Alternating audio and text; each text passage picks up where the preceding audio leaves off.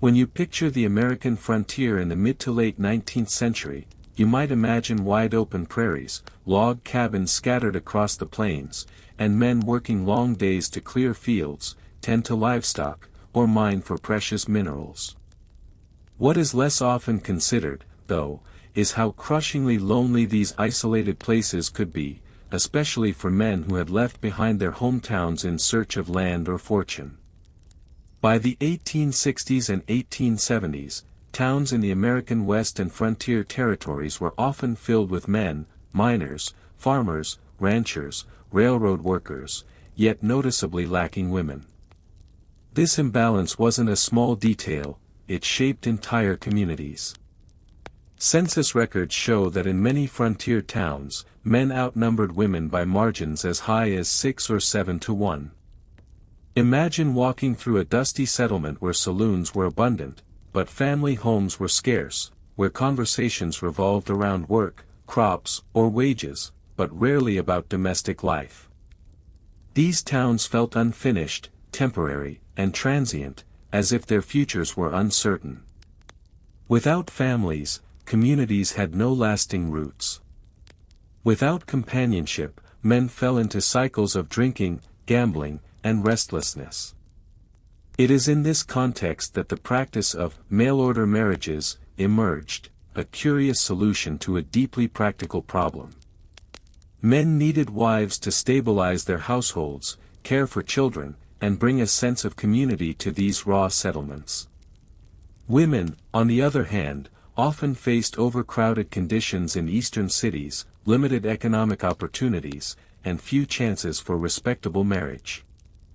The idea of leaving home to marry a stranger hundreds or even thousands of miles away might sound unsettling today, but in the 19th century, it could represent a chance at survival, independence, and a future. On the East Coast and in Midwestern towns, women frequently outnumbered men. Waves of European immigration had brought young men and women alike, but social dynamics often meant that respectable marriages could be difficult to arrange, especially for women of modest means. Industrialization created factories where unmarried women worked long hours, but wages were low, and prospects for advancement were nearly non-existent. For some, the idea of marrying into the frontier life promised an escape from grueling factory labor or poverty. Newspapers began to publish advertisements from lonely men on the frontier. These ads described not only the man's physical appearance but also his financial stability, land ownership, and moral character. Some were blunt: farmer, age 34, owns 160 acres, seeks industrious young woman to be wife. Others tried to sound more romantic, mentioning a love of reading or music. Women responded by sending letters, photographs, or small tokens. Over weeks and months, correspondence developed into courtship, one carried entirely by pen and paper. It was a slow process. Letters could take weeks to arrive, and replies could be delayed by weather, war, or sheer distance. Imagine the anticipation of waiting for an envelope, the nervousness of opening it, and the curiosity about whether the words inside might reveal sincerity or falsehood. Some women carried on these letter courtships for a year or more before agreeing to travel west. Others made the decision more quickly, spurred on by desperation or a yearning for change. By the 1870s, the practice became organized. So-called matrimonial agencies appeared in cities like Chicago and St. Louis. These agencies served as intermediaries, publishing catalogs or newsletters with personal ads. For a small fee, a man could post his information, and a woman could request introductions. In some ways, this was the 19th century version of online dating, with ink and stamps replacing screens and apps. Agencies often promised discretion and sincerity, but they were also plagued by fraud. Some men exaggerated their wealth, sending photographs that were years out of date or describing farms that were little more than shacks on rocky soil. Some women, too, were less than truthful, editing their age downward, omitting health issues, or describing talents they did not possess. While many couples genuinely sought lasting companionship, others entered the system with motives of greed, deception, or desperation. For women, the risks were significant. Travel to the frontier was expensive, dangerous, and isolating. Once a woman arrived, she often had no friends or relatives nearby. If the marriage turned out to be abusive, disappointing, or even fraudulent, there was little recourse. Yet many still took the chance, calculating that a hard life with a husband on the frontier was still better than a lifetime of poverty in the East. To understand the importance of these marriages, you have to imagine the sensory details of frontier life. Picture a cabin made from rough-hewn logs, with chinks filled by mud to keep out the wind. Winters were long and bitterly cold, with snow piling against the door and isolation stretching for months. Summers brought dust storms, grasshoppers, and the endless hum of insects in the fields. In such an environment, companionship was not merely romantic, it was essential for survival. A wife might tend to a garden, milk cows, make butter, sew clothes, and care for children. She might also keep the fire burning through the night, fetch water from a well, or even defend the homestead if her husband was away. The work was grueling, and yet the presence of another person transformed life from bleak solitude into something resembling a family. For the men, marriage also symbolized legitimacy. A married man was seen as stable, trustworthy, and rooted, while bachelors were often viewed with suspicion or pity. Communities with families could build schools, churches, and civic institutions. Without wives, the frontier risked remaining a loose patchwork of saloons and temporary camps. Later generations would romanticize these stories, imagining brave brides setting off with hope in their hearts, and men welcoming them with open arms under the setting sun. While some accounts did unfold with warmth and mutual affection, the reality was often much duller. Many unions began as strictly practical arrangements. A man needed a cook and housekeeper. A woman needed a provider and protection.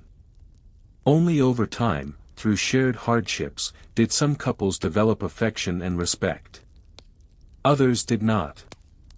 Some mail-order marriages collapsed quickly, with desertion or divorce following within months. The courts of the time began to see a rise in cases involving accusations of fraud, abandonment, or cruelty. For women especially, the choice could mean a lifetime of struggle, with little chance of escape once they had made the journey. As you imagine these men writing letters by lamplight and women reading them in cramped boarding houses or factory dormitories, you are left to wonder, were these marriages born of love, or of necessity? Did they represent genuine human connection, or simply the merging of two lives for the sake of survival? And more importantly, when a woman stepped onto a train or wagon, bound for a man she had never met, did she feel excitement, fear, or resignation? Did she imagine a romance worthy of the novels of her time, or did she simply hope for enough food on the table and a roof over her head? When a woman decided to accept a marriage proposal from a man on the frontier, the next step was often the most daunting: the journey west. Unlike today, when distance can be covered in a few hours by plane, a trip across the United States in the mid to late 19th century was long, exhausting, and sometimes dangerous. For many women, this began with a train ticket. By the 1870s, the completion of the Transcontinental Railroad had made long-distance travel more feasible, but not necessarily easy. Tickets were costly, and the journey could last more than a week, involving crowded cars, uncertain food supplies, and exposure to weather extremes. Women often traveled alone, carrying only a few possessions, a trunk of clothes, perhaps a quilt made by family, and a photograph of the man who would soon be their husband. The arrival in a frontier town was rarely as glamorous as one might imagine. There were no welcoming committees, no romantic music swelling in the background. Instead, a woman might step off the train into a landscape of dust, wooden sidewalks, and rough-hewn saloons. Her future husband might be waiting with a wagon, his hands calloused from work, his face sunburned from weeks in the fields. The meeting was often awkward. A few exchanged polite words, some were visibly disappointed, and others hurried quickly to the nearest minister or justice of the peace to make the arrangement official before second thoughts could interfere. Weddings themselves were often stripped of ceremony. In towns where churches were not yet built, a traveling preacher might officiate in a saloon, a courthouse, or even at the bridegroom's farm. Witnesses could include neighbors, business partners, or, in some cases, total strangers. Rings were not always exchanged, and fine dresses were rare. Many brides married in simple traveling clothes, sometimes sewing a new dress if time and materials allowed. Yet for all their simplicity, these ceremonies marked profound shifts in the lives of both husband and wife. For the man, it was a step toward building a permanent household.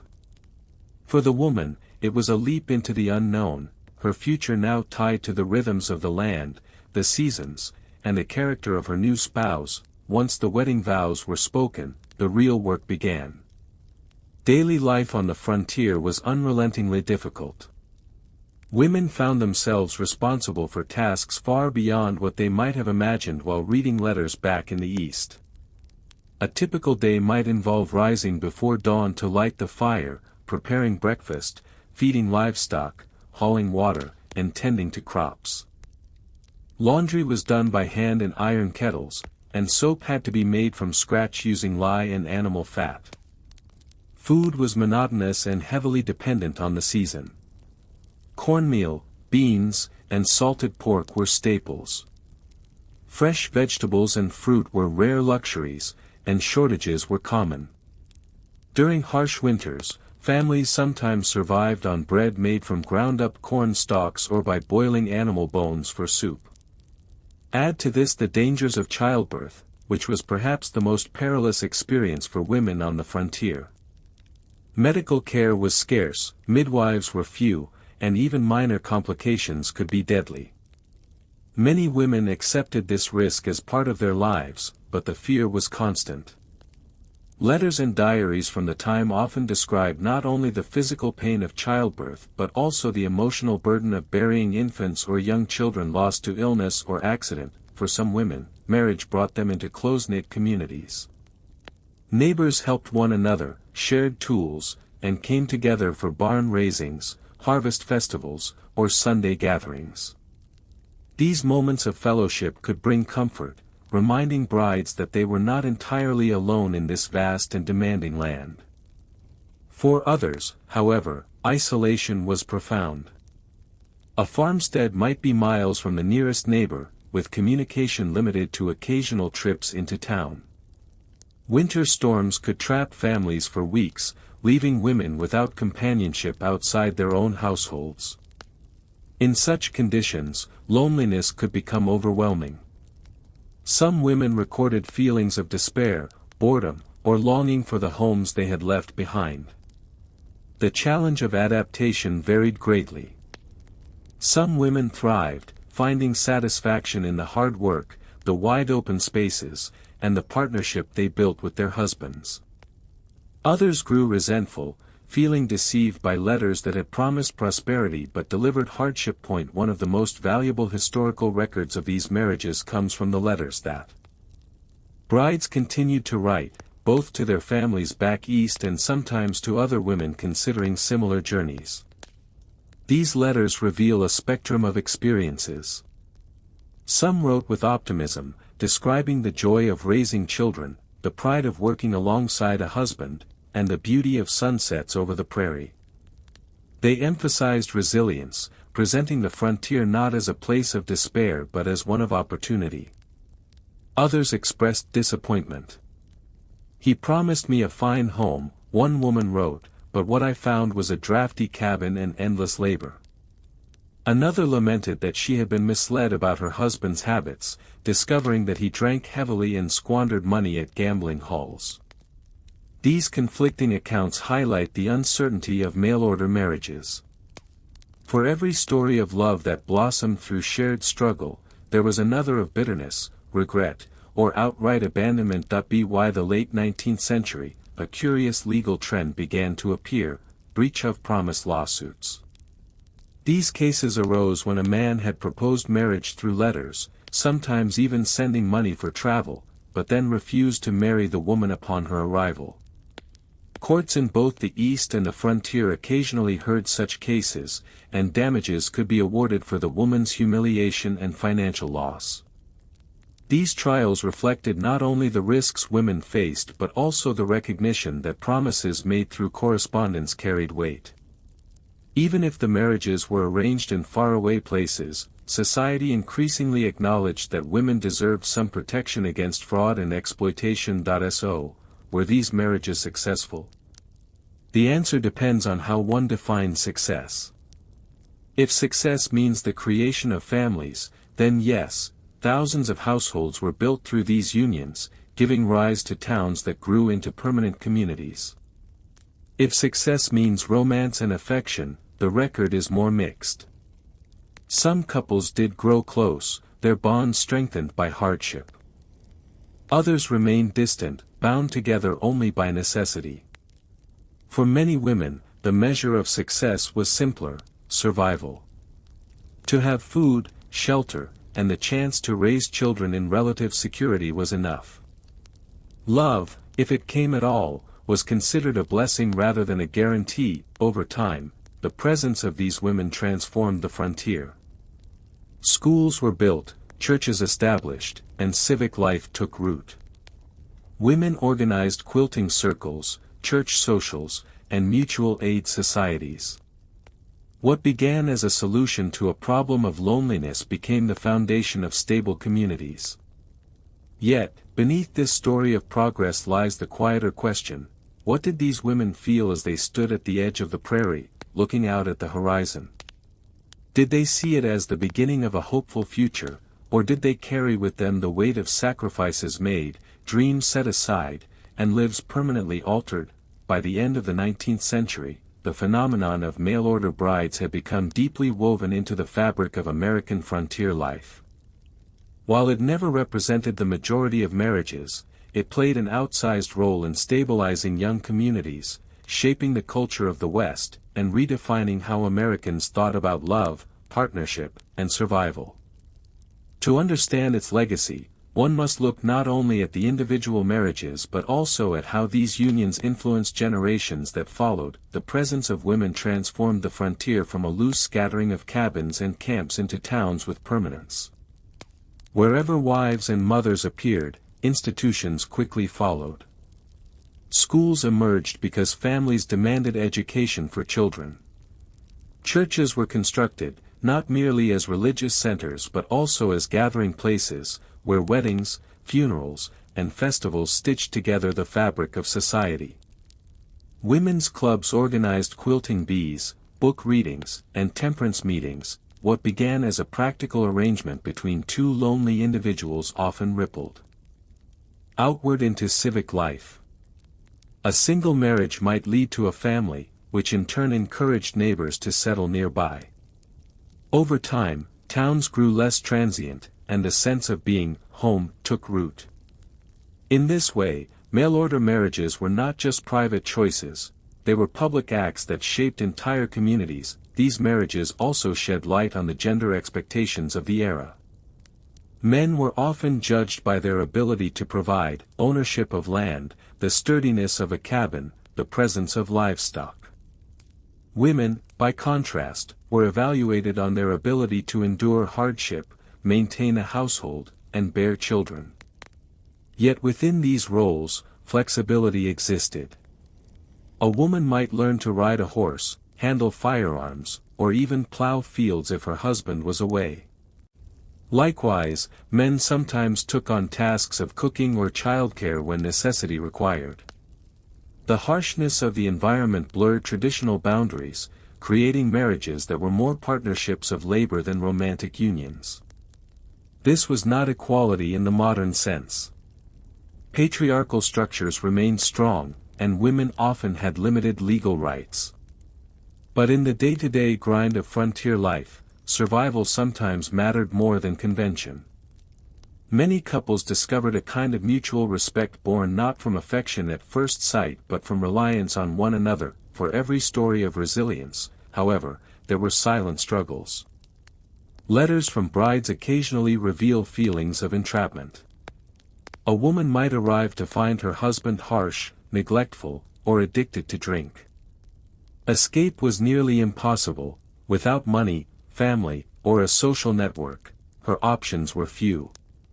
Some endured in silence, others attempted to return east, often at great financial and emotional cost. Domestic violence, too, was part of this reality. While many marriages were peaceful, the isolation of the frontier could worsen abuse, leaving women without support systems. Court cases occasionally surfaced, but many went unreported. For historians, these gaps in the record remind us that not all stories of frontier marriages fit the mold of progress and resilience. The children born of these unions grew up with a unique perspective. They were the first generation to know the frontier not as a place of adventure or migration but as home. Many of them carried stories of their mother's journeys, their father's letters, and the hardships of early family life. Education, though limited at first, expanded with time. One-room schoolhouses taught not only basic literacy and arithmetic but also values of perseverance and community. For daughters, the example of mothers who had crossed continents or traveled hundreds of miles for marriage was profound. It demonstrated both the risks and the resilience of womanhood in a rapidly changing nation. Perhaps one of the most intriguing legacies of mail-order marriages is how they altered cultural expectations of love. In Eastern cities, romantic love was often idealized in novels and poetry. Courtships could be prolonged, filled with dances, letters, and carefully orchestrated family introductions. On the frontier, practicality overshadowed romance. Love, if it came, often followed marriage rather than preceded it. Many couples grew to care deeply for one another through years of shared struggle, while others remained emotionally distant but functionally cooperative. This inversion of the usual narrative, marriage first, affection second, challenges modern ideas about what love should be. It suggests that human connection can take many forms. Sometimes passion ignites quickly, and other times it grows slowly from companionship and necessity. By the late 19th century, matrimonial agencies had expanded, printing thousands of advertisements each year. Critics accused them of cheapening marriage, reducing it to a business transaction. Ministers and social commentators worried that such arrangements lacked the moral foundation of traditional courtship. And yet, many couples defended the system, arguing that it gave ordinary people choices they otherwise would not have had. For poor women, especially immigrants, it provided a path to stability. For isolated men, it offered the possibility of family. Some agencies even published testimonials: "I sent for a wife through your paper, and we are happily married with 2 children." These public endorsements helped normalize the practice, embedding it as part of the broader story of westward expansion. Interestingly, America was not alone in this phenomenon. Similar patterns appeared in Canada, Australia, and even Siberia, where frontier lands attracted men but lacked women. The United States, however, made the practice especially visible due to its culture of newspapers, mobility, and the myth of the West. Comparing these systems highlights how deeply intertwined migration, gender, and survival were in shaping new societies. Wherever land drew men in large numbers, the need for wives soon followed, often through unconventional means. By the early 20th century, as railroads expanded and populations grew, the gender imbalance on the frontier began to ease. Towns became more established, and opportunities for natural courtship increased. The need for mail-order arrangements gradually diminished. At the same time, cultural norms shifted. Marriage was increasingly expected to involve affection and compatibility, not just practicality. The romantic ideal gained ground, especially as literature, cinema, and advertising began to promote love as the foundation of marriage. Mail-order marriages did not vanish entirely, they resurfaced in different forms in later decades, even into the 20th and 21st centuries, but their role in shaping the American frontier slowly faded into history. Today, the legacy of mail-order brides is often hidden in family histories.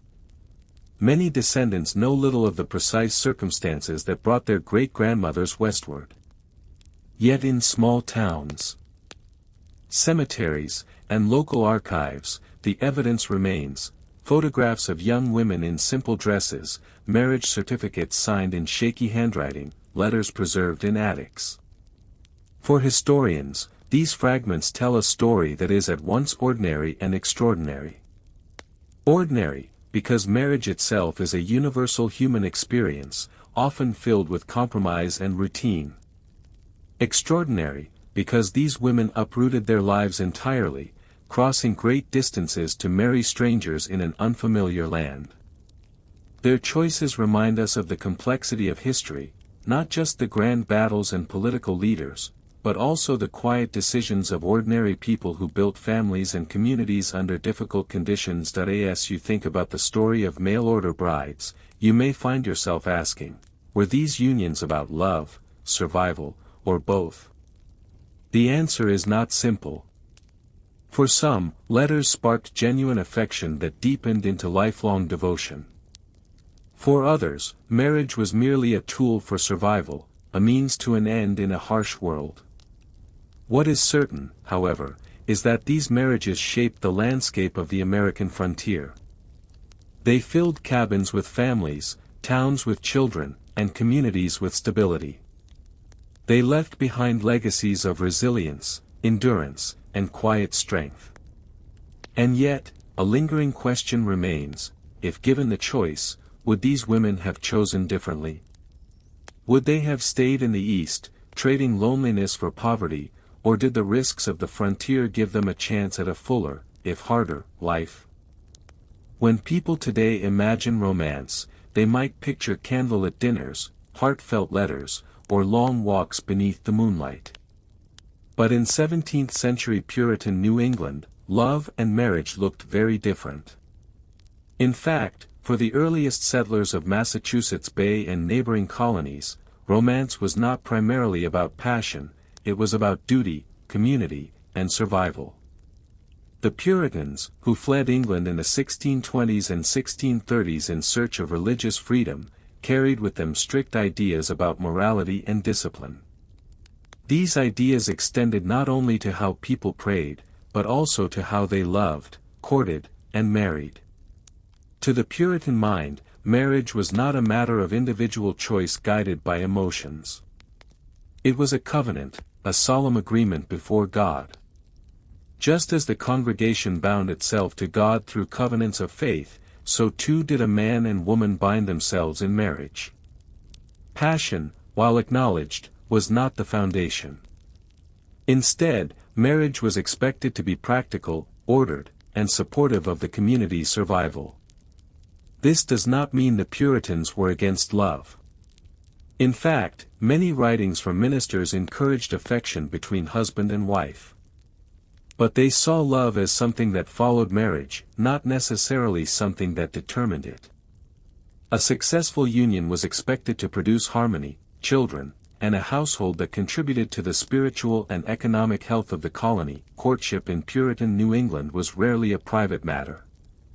Parents held significant influence over their children's choices, particularly fathers, who were expected to ensure that their daughters married men of good character and sufficient means.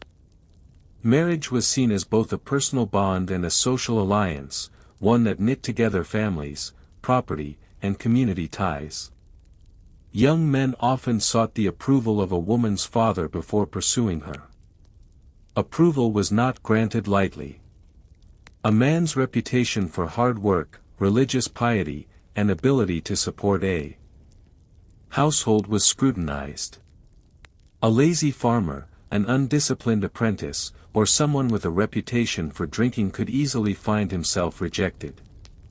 In small, tightly knit towns, the community also played an informal role in overseeing courtships. Everyone knew each other, and gossip could influence reputations.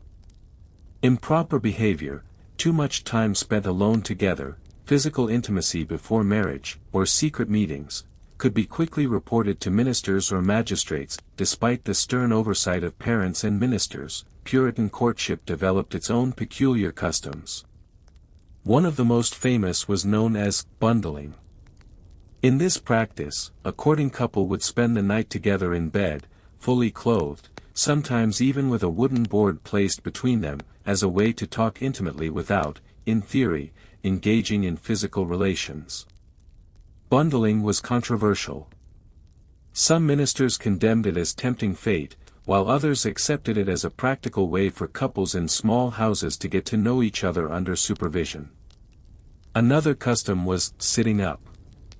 A young man might be invited into a household to sit with a young woman by the fire in the evening, often under the watchful eyes of parents or siblings. They talked, sometimes for hours, testing each other's compatibility. These quiet evenings offered a chance to share thoughts, scripture readings, or simple conversation, all within a framework of restraint. The modern idea of dating, spending time privately, experimenting with compatibility, was foreign to the Puritans.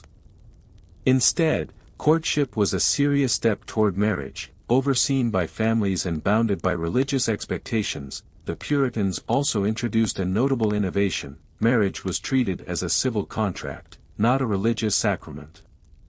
Unlike in England, where marriages were solemnized by clergy within the church, in New England they were performed by magistrates. This shift reflected Puritan theology, which saw marriage as part of the social order rather than strictly a spiritual rite. This legalistic view reinforced the seriousness of the commitment. Breaking an engagement could lead to public disputes, and cases of breach of promise sometimes made their way into court. Premarital sex, if discovered, could result in fines or corporal punishment. The goal was to maintain order, discipline, and a sense of accountability in every aspect of life, including love. For young Puritan women, marriage was both an expectation and a necessity. Single women had limited independence, often living with family or serving as domestic help. A respectable marriage provided stability, economic security, and social standing. While parental approval was important, many women exercised agency in their choices, weighing a suitor's character and prospects before agreeing to wed. Marriage also came with heavy responsibilities. Wives were expected to manage households, raise children, and maintain spiritual discipline. The Puritan ideal of the good wife was one of piety, industry, and obedience, though in practice women often wielded significant influence within families and communities. Letters and diaries suggest that many Puritan women valued companionship, mutual respect, and even tenderness in their marriages, challenging the stereotype of cold, joyless unions. From a modern perspective, the details of Puritan courtship may seem stifling or even dull. Imagine spending your evenings not at lively dances but in quiet conversation by candlelight, always under watchful supervision. Imagine love letters that focused not on declarations of passion but on assurances of faith, hard work, and moral character. Yet for the Puritans, this was not boring at all, it was essential. Every marriage was a building block of the community, and every household a microcosm of the godly society they aspired to create. The boring rules and rituals of courtship helped ensure that marriages were stable, children legitimate, and society orderly. As you picture two young people sitting stiffly on a wooden bench after a long Sunday sermon, exchanging glances but few words, you might wonder, did they feel excitement, nerves, or perhaps resignation? Did love grow in the small sparks of these controlled interactions, or was it simply hope that affection would follow once duty had been fulfilled? And more importantly, did Puritan courtship create stronger marriages, or did it merely suppress youthful desires in favor of stability? the Puritans built their colonies with a sense of mission. They believed they were creating a city upon a hill, a godly society that would serve as an example to the world. Because of this, no aspect of life was considered too private for scrutiny, not even courtship and marriage. Ministers preached about proper conduct between young men and women, courts issued punishments for impropriety, and communities eagerly whispered about who was courting whom. And yet, within this rigid framework, stories of love, rebellion, and even scandal emerged. These stories reveal not only how the Puritans enforced discipline, but also how human emotions inevitably slipped through the cracks. In Puritan New England, ministers were not just preachers of sermons, they were also moral overseers of daily life. Many young couples found their relationships commented upon, if not outright supervised, by their ministers. Courtship was considered a moral and spiritual issue, because an ill-matched marriage could lead to disorder in the household and, by extension, in the community. Some ministers even took on a matchmaking role, guiding parishioners toward suitable partners. They advised parents on whether a suitor was godly enough and reminded young people of their responsibilities. A young man who courted without serious intent, or who behaved inappropriately with a woman, could find himself rebuked from the pulpit. Yet ministers also acknowledged that affection was important. Sermons and writings often described the husband and wife relationship as one of mutual comfort. They encouraged warmth, companionship, and even physical intimacy within marriage. The paradox was clear: passion was celebrated once contained within the marital covenant, but condemned if it appeared too soon. Sundays were central to Puritan life. For hours at a time, families sat in the meeting house, enduring long sermons on sin, salvation, and duty. For young people, however, the church was also a place of possibility. Boys and girls often sat separately, sometimes on hard wooden benches, but glances could be exchanged across the room. In a society with few opportunities for unsupervised interaction, these silent exchanges carried weight. A young woman catching the eye of a neighbor's son might begin to imagine him as a future husband. A boy noticing the diligence of a girl singing psalms could take it as a sign of her piety. While no words were spoken, the church service provided a stage upon which the earliest sparks of attraction were quietly lit. One could almost picture a nervous hand fidgeting with a psalter, or the careful straightening of a collar, hoping to be noticed in the otherwise solemn gathering. These tiny, wordless moments became part of the fabric of Puritan courtship. Despite the stern rules, not all Puritan romances proceeded smoothly. Human nature has a way of resisting boundaries, and records from colonial courts are filled with cases of breach of promise or premarital intimacy. A breach of promise occurred when a man and woman entered into an understanding that marriage would follow, only for one of them, usually the man, to withdraw. Because courtship was considered binding once intentions were declared, breaking off an engagement was not seen as a private disappointment but as a legal and moral offense. Women could sue for damages, and communities often rallied in support of the aggrieved party. Even more serious were cases of fornication. If a couple was discovered to have engaged in sexual relations before marriage, they faced fines, public confession, or corporal punishment. In some cases, pregnancies revealed the truth. A child born too soon after a wedding was considered clear evidence that the couple had broken the rules. Ministers would thunder from the pulpit about sin, and the guilty were made examples. Yet, the frequency of such cases suggests that passion often got the better of young Puritans. The strict rules may have slowed romance, but they did not extinguish desire. Consider the case of Joseph and Sarah, a hypothetical example drawn from court records of the time. Joseph, a farmer's son, began courting Sarah, the daughter of a respectable family. They sat together by the fire, read scripture, and whispered of their hopes. At some point, promises of marriage were exchanged. But months later, Joseph changed his mind. Perhaps he found another woman, perhaps doubts arose, or perhaps Sarah's dowry seemed less promising than expected. When he withdrew, Sarah's family took the matter to court, accusing him of breach of promise. The court, siding with Sarah, ordered Joseph to pay damages. His reputation suffered, and whispers followed him at every church meeting. For Sarah, the outcome was bittersweet. She gained compensation, but her own reputation was shadowed by the public exposure of her failed courtship. In a society so small, such scars were difficult to escape. The rigid oversight of families sometimes pushed young lovers into secrecy. There are accounts of men sneaking into houses late at night, of whispered conversations through windows, and of meetings stolen in barns or fields. These moments carried great risk. If discovered, both reputations could be ruined. And yet, for some, the thrill of secrecy was irresistible. A stolen kiss in the dark, a touch of hands while passing, or an exchange of small gifts could sustain a romance otherwise smothered by constant supervision.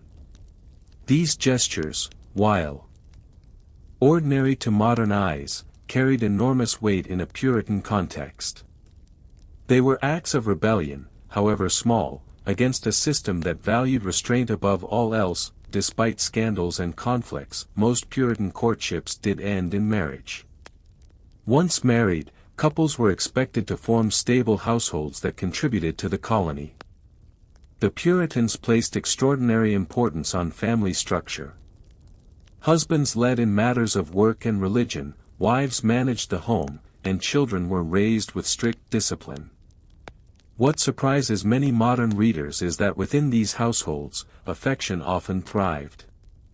Surviving letters and diaries reveal warmth between spouses, expressions of tenderness, and genuine companionship. Marriage was demanding, but it was not joyless. A couple who had endured the trials of public courtship often found comfort in the private intimacy of married life. From the outside, Puritan courtship may seem humorless. Long sermons, supervised conversations, fines for misbehavior, hardly the stuff of romantic novels. And yet, there is something quietly beautiful about the seriousness with which they approached love. To them, marriage was not just about two individuals, but about building a community rooted in faith. Still, one wonders about those unspoken moments, the quick glances across the church bench, the shy smiles during sitting up, or the thrill of sneaking a whispered conversation after dark. Perhaps, within the strict rules, these small sparks of humanity glowed all the brighter. The story of love in Puritan New England cannot be captured in a single snapshot. Over the decades of the 17th and 18th centuries, Puritan approaches to romance and marriage subtly evolved.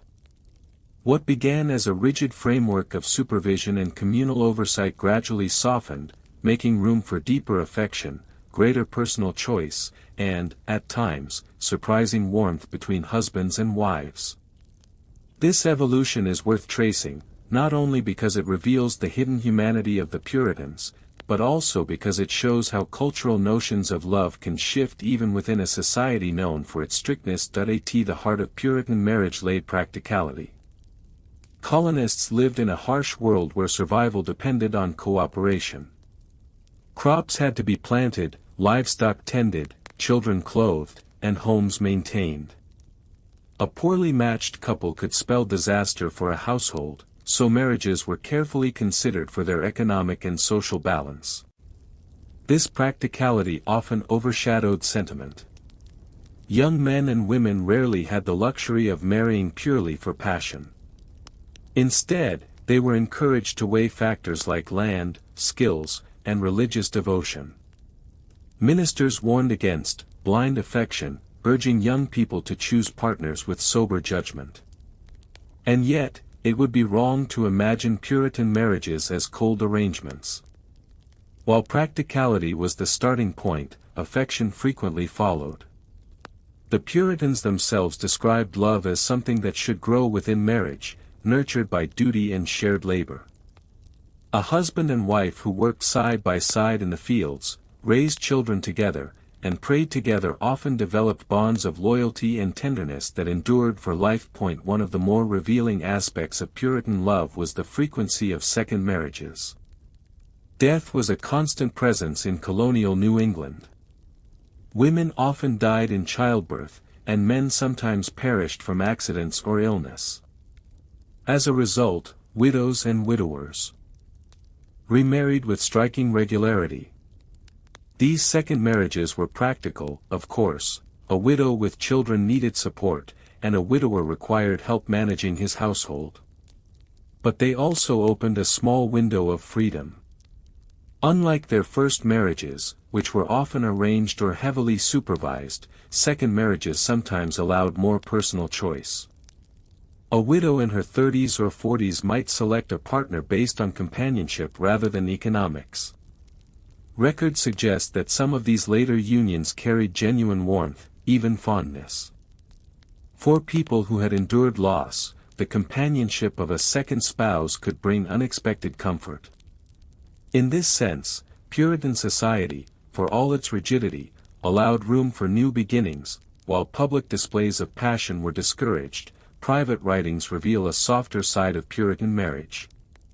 Surviving letters between husbands and wives sometimes use terms of endearment, describing affection in modest but heartfelt ways. Ministers' diaries occasionally speak of their dear consorts with tenderness. Even legal documents hint at affection. In wills, husbands often left personal items, such as cherished books, silverware, or clothing, to their wives, expressing trust and intimacy. Though their language may sound restrained to modern ears, these acts carried deep meaning in a world where survival left little time for sentiment. Perhaps most revealing are the small gestures noted in community records: a husband paying a fine for his wife's misstep without complaint, or a widow defending her late husband's reputation in court. These examples, scattered across the historical record, show that love existed in quiet, enduring ways. Another dimension of Puritan love was the household's role in raising children. Parents were expected to discipline firmly, instilling obedience and piety. Yet, accounts suggest that many parents felt deep affection for their children, mourning their deaths with raw emotion. Gravestones from the period, inscribed with tender words, reflect this quieter side of family life. Within the household, husband and wife often worked as partners in parenting. The shared burden of raising large families fostered a sense of unity. If their public lives emphasized duty, their private lives may have carried far more affection than outsiders often imagined. By the late 17th and early 18th centuries, subtle changes were occurring. Influenced by broader shifts in English culture, ideas of romantic love began to gain traction.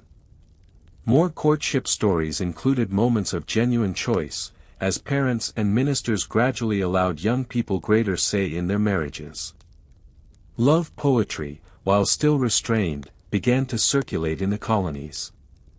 Sermons occasionally described marital love in terms not only of duty but also of joy. Couples still married for practical reasons, but the notion that affection should play a role became increasingly accepted. This does not mean Puritan New England transformed overnight into a society of romance. Supervision remained strong, and breaches of conduct were still punished. But the seeds of change had been planted, and over time, they would grow into a broader cultural shift across America, where love as an emotional bond gained more recognition. When we look back at Puritan love stories, we see more than just rigid rules and moral codes. We see the beginnings of a cultural tradition that balanced duty with affection, community expectations with private emotions. Their emphasis on family stability helped lay the foundation for American values of household order. Their struggles with scandal, breach of promise, and secret meetings remind us that human hearts rarely conform neatly to rules. And their gradual movement toward recognizing affection within marriage hints at the evolution of love itself. What lingers most are the contrasts, the stern sermons against passion alongside the tender letters between spouses, the rigid supervision of courtship alongside the stolen glances across the church bench. It was a world where love was never entirely private, yet always deeply human. The Puritans believed they were building a godly society, and in many ways they succeeded. Yet, even in their world of rules and oversight, love found its way, quietly, stubbornly, beautifully. Their story reminds us that love, no matter how constrained, adapts to its surroundings. And so, as you picture the wooden meeting house, the long sermons, and the watchful eyes of parents and ministers, you might also imagine the small sparks that flickered between two young people, a glance, a whispered promise, a touch of hands. Perhaps those sparks mattered just as much as the rules meant to contain them. By the 19th century, America had changed dramatically from the days of Puritan New England. Cities were larger, newspapers circulated gossip with astonishing speed, and communities were no longer as tightly bound by church discipline. Yet love, and its failures, remained a matter of public concern. In fact, during this century, romance and heartbreak could land not only in the town square but also in the courtroom. Breach of promise suits became a surprisingly common way to resolve broken engagements, turning personal heartbreak into legal disputes. These cases, often sensationalized in newspapers, reveal how Americans of the 19th century thought about love, honor, reputation, and money. To understand breach of promise trials, one must begin with the cultural weight of an engagement. In 19th century America, a promise to marry was not taken lightly. Engagements were considered binding contracts, supported by both social expectation and legal precedent. For women especially, a broken engagement carried enormous consequences. A woman who had been publicly courted and then abandoned could find her reputation ruined. Society assumed she had invested her affection and perhaps compromised her virtue. Even without evidence of impropriety, whispers could damage her chances of finding another suitor. Thus, when a man withdrew from a promised marriage, the woman had recourse in the courts. She could sue for damages, claiming that he had not only wasted her time but also harmed her reputation and prospects. These lawsuits reflected the gender dynamics of the time. In a world where women's economic opportunities were limited, marriage was often their primary path to stability. A broken engagement could therefore mean more than heartbreak, it could mean financial insecurity. Men, too, faced risks. Being sued for breach of promise could tarnish their reputation, marking them as dishonorable. A jury might award substantial damages to the wronged woman, draining the man's finances and shaming him publicly. This intertwining of love, law, and livelihood reveals how deeply courtship was tied to survival. What might seem like a personal matter today was, in the 19th century, a public and economic one. One striking feature of breach of promise cases was the attention they received from newspapers. Trials were often reported in detail, with editors relishing the opportunity to share every twist of romantic scandal. Headlines spoke of heartless betrayals and ruined maidens.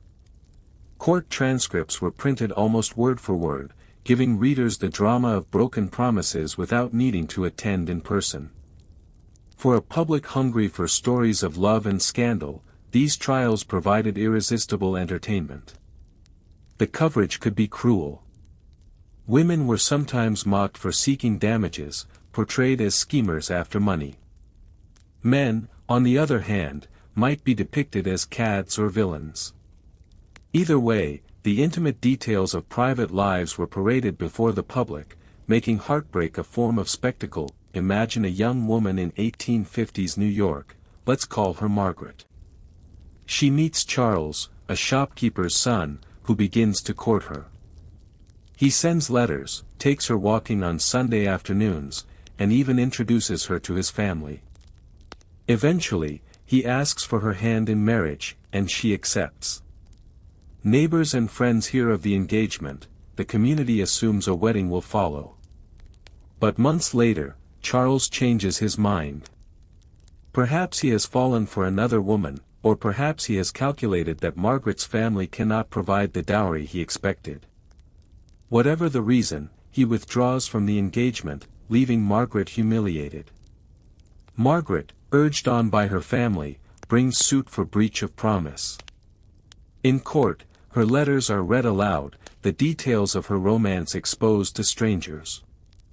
The jury sympathizes with her, and Charles is ordered to pay damages.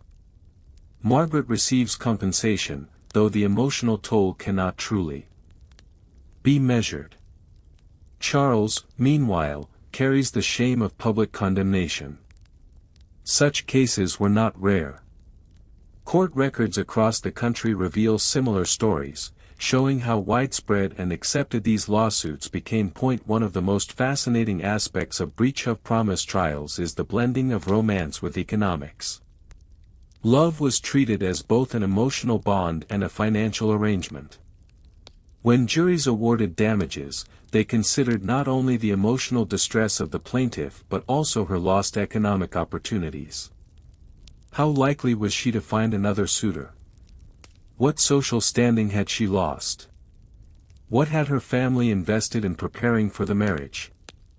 These calculations reveal that marriage, while rooted in affection, was also a financial contract in the eyes of society. This practical approach may seem unromantic, yet it reflected the realities of 19th-century life. Just as Puritan marriages had been shaped by survival, so too were 19th-century romances influenced by economic pressures. Not everyone approved of breach of promise suits. Critics argued that they turned love into a commercial transaction, cheapening the sacred bond of marriage. Some newspapers mocked women who sued, calling them greedy or manipulative. Satirical cartoons depicted them as fortune hunters, pursuing men for money rather than love. At the same time, feminists of the period sometimes defended these suits, seeing them as one of the few legal protections available to women. In a society where men held most of the power, the ability to hold a man accountable for a broken engagement gave women a measure of justice. The debate highlights the tension between romantic ideals and social realities. Love was celebrated as pure and spontaneous, yet it was also entangled with contracts, finances, and public reputation. The existence of breach of promise trials reminds us that love has never been entirely private. In 19th-century America, as in Puritan New England, the choices of individuals reverberated through families, communities, and even legal systems.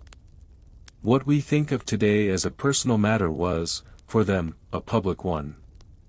It raises an interesting question. Was love in the 19th century more fragile because it was subject to law and public opinion? Or was it, in some ways, stronger, because promises carried such serious weight? The breach of promise trial was not only a legal dispute, it was also a public performance. Courtrooms became theaters of emotion, where lawyers, plaintiffs, and defendants laid bare the details of private romances before curious onlookers. For many communities, these trials offered both moral instruction and guilty entertainment. In a society that held marriage as a cornerstone of stability, the betrayal of an engagement was treated as more than personal disappointment, it was a violation of social order.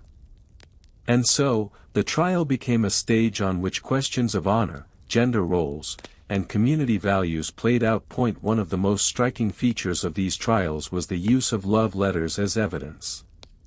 In an age before telephones, courtship was often carried out through handwritten notes, filled with promises, affectionate words, and sometimes intimate confessions. When a case reached court, these letters were read aloud to the jury, and often to the crowded gallery of spectators. The same words once whispered in private became public property, dissected for tone, sincerity, and implication. A letter beginning with, "My dearest, I long to see you," could be used to demonstrate a man's deep commitment. A written promise of "soon we shall be wed" could seal his liability. Juries sometimes laughed at the flowery language, while newspapers gleefully reprinted the most sentimental passages. For the writer, the humiliation was immense. Imagine seeing your own most private words, meant only for a beloved, mocked by strangers in print. For the recipient, however, the letters could be vindication, proving that promises had indeed been made. Beyond letters, witnesses played an important role in breach of promise cases. Neighbors, friends, and even family members were called to testify about what they had seen or heard. Did the couple walk together on Sundays? Did the young man introduce the woman to his family? Did he speak publicly of marriage? Such testimony reveals how little privacy existed in 19th-century courtship. Communities watched courtships unfold, and their observations could later determine the outcome of a lawsuit. Even small gestures, a hand held, a promise overheard, could become decisive evidence. Reputation was everything. A man accused of breaking his promise might deny it, but if witnesses confirmed his intentions, the jury often believed the woman. Likewise, if a woman's own conduct was questioned, if she was rumored to be flirtatious or forward, it could undermine her claim. Some trials became local or even national sensations. In cities like New York, Boston, or Philadelphia, courtrooms overflowed with spectators eager to hear the details. Newspapers printed daily updates, turning ordinary people into reluctant celebrities. In one famous case, a wealthy man was sued by a woman who claimed he had promised marriage, only to abandon her for someone of higher social standing. The trial revealed not only his letters but also testimony about expensive gifts he had given her, tokens that the jury interpreted as evidence of serious intent. The woman won substantial damages, and the case became a cautionary tale for men of means. In another, a schoolteacher sued a doctor for breach of promise, producing a series of sentimental letters as evidence. The jury, charmed by her modesty and outraged by his betrayal, awarded her damages far beyond her modest salary. The case stirred debates about women's rights, economic vulnerability, and the balance of power in courtship. These trials fascinated the public because they combined the elements of drama, love, betrayal, humiliation, and justice. For readers of newspapers, they were both scandalous and reassuring, reinforcing social norms even as they exposed human weakness. Lawyers in these cases often acted more like actors than legal technicians. They appealed to the jury's sense of honor, morality, and sentiment. A lawyer defending a woman might paint her as a virtuous victim, wronged by a selfish man. He would emphasize her innocence, her lost prospects, and the emotional pain she endured. Conversely, a lawyer defending the accused man might attempt to portray the woman as manipulative, greedy, or overly ambitious. Satire and cruelty were not uncommon, especially in cross-examinations meant to discredit her character. The tone of the arguments reveals much about the gender dynamics of the era. Women were often placed on a pedestal as paragons of virtue, but this pedestal was precarious. A single misstep in reputation could see them cast down. Men, meanwhile, were judged by their honor, but they had more leeway to escape with dignity. The sums awarded in breach of promise cases varied widely. Some women received only modest damages, enough to cover expenses or lost time. Others won substantial sums, particularly if the man was wealthy and the betrayal was egregious. In some cases, damages were symbolic, intended more as a public shaming than as financial relief. In others, they represented a genuine attempt to compensate a woman for her lost prospects. After all, in a society where marriage was often a woman's only path to security, losing a fiancé could alter the entire course of her life. The question of money added complexity. Critics argued that these suits encouraged women to pursue men for financial gain. Supporters countered that women had so few protections in society that breach of promise suits were one of the only ways they could demand accountability. Beyond the courtroom, these trials served a broader social purpose. They reinforced the idea that promises mattered, that courtship was serious, and that individuals could not trifle with the emotions and reputations of others without consequence. They also revealed the contradictions of 19th-century America. On one hand, the culture celebrated romantic love as noble and pure. On the other, it treated engagements as contracts, subject to financial compensation when broken. The trials, in their own way, bridged these worlds, acknowledging both the emotional and practical dimensions of love. Perhaps the most lasting impact of breach of promise cases was the humiliation they inflicted.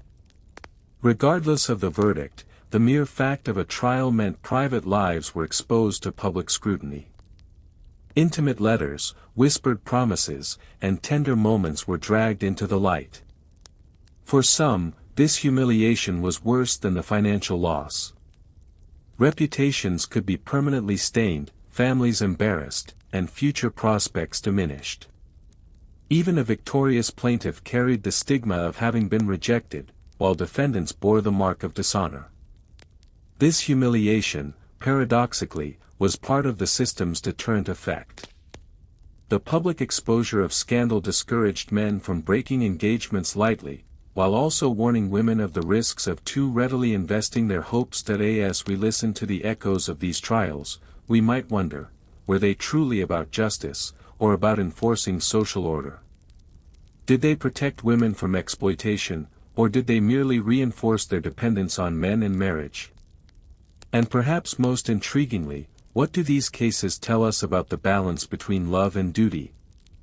Was love in 19th-century America more real because it carried such heavy consequences, or was it more fragile because the law had to enforce its promises? Courtrooms had a peculiar way of swallowing people's private lives and spitting them back out as public spectacle. For those entangled in breach of marriage trials, the verdict rarely felt like an end, it was more like a change in the weather, a turning of the wind that everyone had to live with. Whether the jury found for the woman or for the man, whether damages were awarded or denied, reputations were forever altered. In small towns, where gossip traveled faster than wagons on a dirt road, the shadow of the court lingered long after the gavel fell. For many women, a victory in court meant financial relief, but not necessarily peace of mind. A jury might grant her compensation, sometimes a few $100s, a considerable sum in the mid-19th century, but the money could not mend a broken heart or silence whispers at church gatherings. The word jilted hung in the air like smoke, attaching itself to her name in ways that were difficult to shake.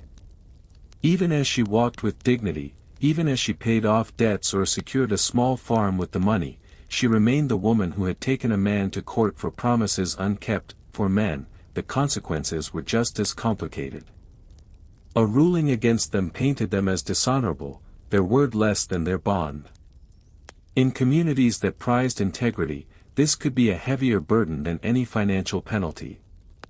Business dealings grew harder, neighbors regarded them with suspicion, and potential wives hesitated to tie their future to someone already marked by scandal.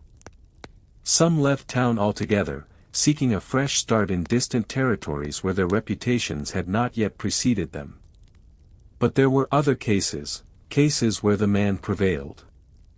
Juries, often composed entirely of men, sometimes decided that the woman's claim was unfounded, that she had misunderstood casual affection for a serious proposal, or that her reputation was not as spotless as it appeared.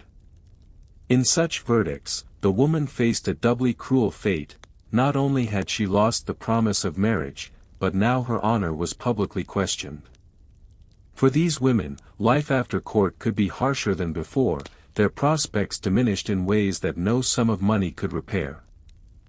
What fascinates historians today is how these trials blurred the line between private intimacy and public duty. A love letter, written in the secrecy of twilight, became evidence to be read aloud before a jury of strangers. Words of affection, my dearest, my future wife, forever yours, were weighed not for their sincerity, but for their legal implications.